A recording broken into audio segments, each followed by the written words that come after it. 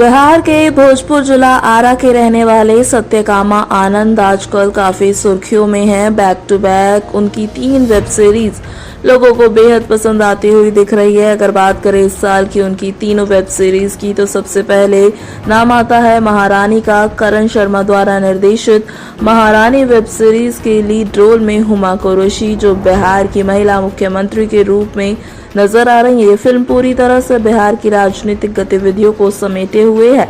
हालांकि इस web series में सत्यकामा आनंद का रोल बहुत कम दिखा, लेकिन फिल्म में ट्विस्ट और क्लाइमैक्स लाने के लिए इनका रोल काफी है।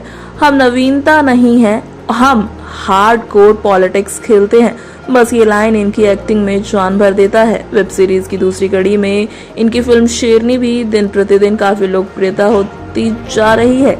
इस फिल्म के लीड रोल में बॉलीवुड की जानी मानी अभिनेत्री विद्या बालन ने अपनी एक्टिंग से लोगों का दिल एक बार फिर से जीतने में सफल हुई हैं। वहीं इस फिल्म में बिहार को रहने वाले सत्यकामा आनंद की एक्टिंग को भी काफी लोगों ने सराहा है। इस फिल्म में उनका किरदार भी राजनीतिक गतिविधियों के इर्द गिर्द ही है। अगर बात करें तीसरी वेब सीरीज के बारे में तो ग्रहण 1984 के सिख दंगे पर आधारित एक प्रेम कथा है। ग्रहण तब तक बिहार और झारखंड दोनों एक ही राज्य हुआ करते थे। इस फिल्म में सत्यकामा आनंद दूसरे मुख्य अभिनेता के रूप में दिखे।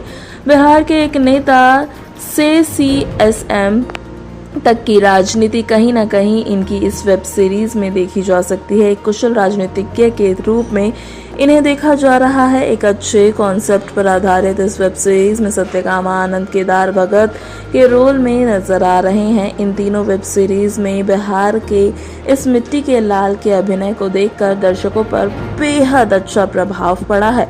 बॉलीवुड की जबरदस्त सुपर हिट हुई मूवी गैंग्स ऑफ वासेपुर में भी विधायक जेपी सिंह के किरदार के बाद जिस तरीके से सत्यकामा आनंद के back to back web series आ रही है, इससे यही अंदाजा लगा जा रहा है कि अब इनसे ही हो पाएगा।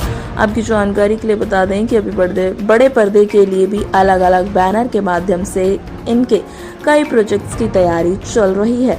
अभिषेक पांडे के साथ bureau report, ABN news Bihar.